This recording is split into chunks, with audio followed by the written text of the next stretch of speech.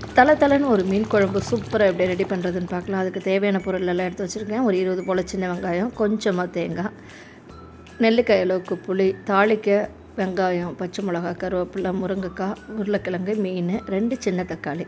இப்போ அரைக்கிறதெல்லாம் பச்சையாகவே சேர்த்து நான் அரைச்சிக்கிறேன் இன்றைக்கி.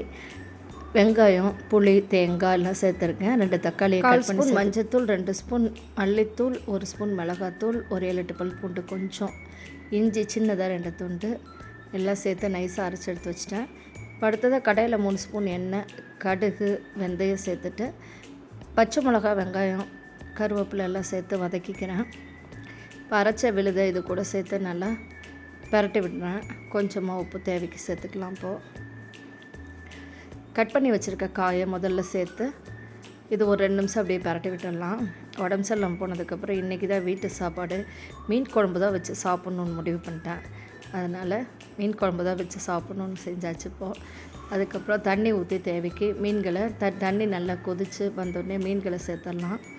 காய் முக்காப்பதம் வந்தோடனே மீன்களை சேர்த்து நல்லா ஒரு 3 நிமிஷம் நல்லா வேக வச்சு எடுத்துட்டேங்க. ஒரு சுவையான மீன் குழம்பு ரெடி ஆகிடுச்சு. சாப்பாட்டோடு வச்சு சாப்பிடும்போது ரொம்ப சூப்பராக இருந்தது. இது மாதிரி நீங்களும் மீன் குழம்பு வச்சு பாருங்கள். ரொம்பவே டேஸ்டியான இந்த மீன் குழம்பு நான் சாப்பிட்றதுக்கு ரொம்ப நல்லா இருந்தது.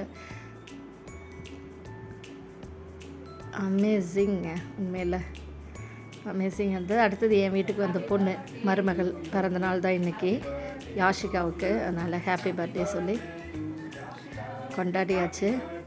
ஒரு நாளைக்கு முன்னாடியே கொண்டாடிட்டோம். அவங்க கோயம்புத்தூரில் இருக்கிறனால கொண்டாடிட்டு அவங்க கிளம்பிட்டாங்க.